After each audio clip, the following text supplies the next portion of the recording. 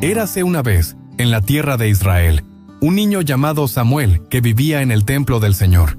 Pero la historia de Samuel comenzó mucho antes de su nacimiento, cuando su madre, Ana, sufría mucho porque no podía tener hijos. Ana oraba todos los días, llorando con su corazón roto, pidiéndole a Dios un milagro. Un día, mientras estaba en el templo, Ana hizo una promesa a Dios. «Si me das un hijo, lo entregaré para que te sirva toda su vida». Dios escuchó las oraciones de Ana y le dio un hijo, al que llamó Samuel, que significa Dios escuchó. Cuando Samuel aún era muy pequeño, Ana cumplió su promesa y lo llevó al templo, dejando que creciera bajo el cuidado del anciano sacerdote Elí. Samuel vivía en el templo, un lugar lleno de lámparas doradas, incienso perfumado y el arca del pacto, donde se decía que la presencia de Dios habitaba. Desde su infancia, Samuel sintió que su vida era especial porque estaba dedicada a Dios, y aunque a veces extrañaba a sus padres, sabía que estaba en el lugar donde Dios lo quería. Y todos los días, Samuel vivía una rutina sagrada en el templo. Se despertaba temprano cuando el cielo apenas comenzaba a iluminarse con los primeros rayos del sol, y su primera tarea era encender las lámparas del santuario para que nunca se apagaran. Samuel corría de un lado a otro del templo, ayudando al anciano Elí con todo lo necesario.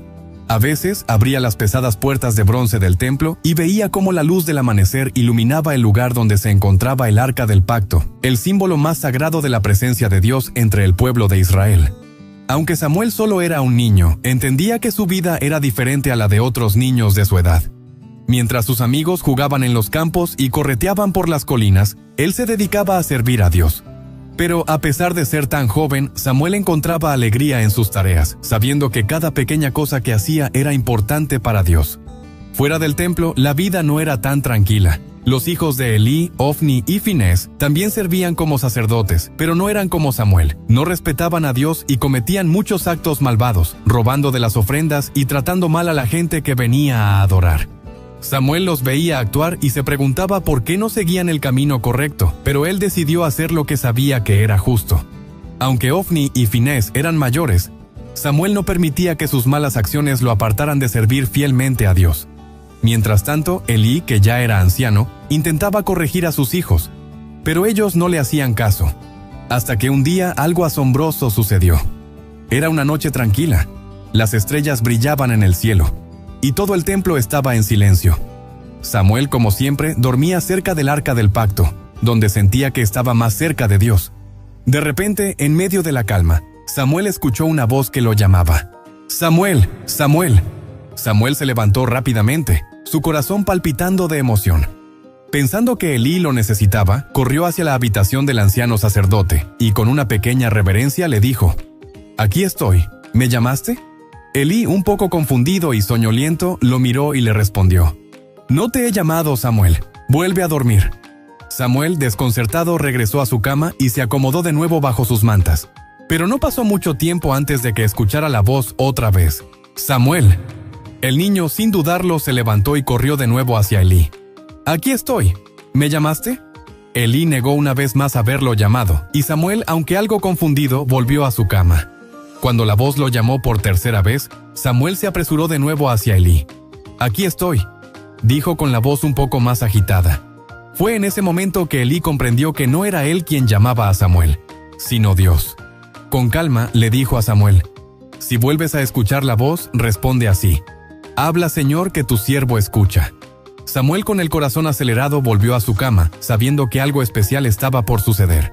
Y por eso, cuando Samuel escuchó la voz de nuevo, respondió con valor: «Habla, Señor, que tu siervo escucha». Entonces Dios comenzó a hablarle. Le dijo a Samuel que estaba triste y enojado porque Elí no había corregido a sus hijos, Ofni y Finés, y que por eso algo terrible sucedería a su familia. Samuel, siendo tan joven, escuchó todo con atención, pero su corazón se llenó de preocupación. Sabía que este mensaje era difícil y que podría causar mucho dolor a Elí, a quien él respetaba y veía casi como un abuelo. Cuando Dios terminó de hablar, Samuel quedó en silencio, meditando en lo que acababa de escuchar. Al día siguiente, cuando el sol ya brillaba sobre el templo, Samuel no sabía cómo contarle a Elí lo que Dios le había dicho.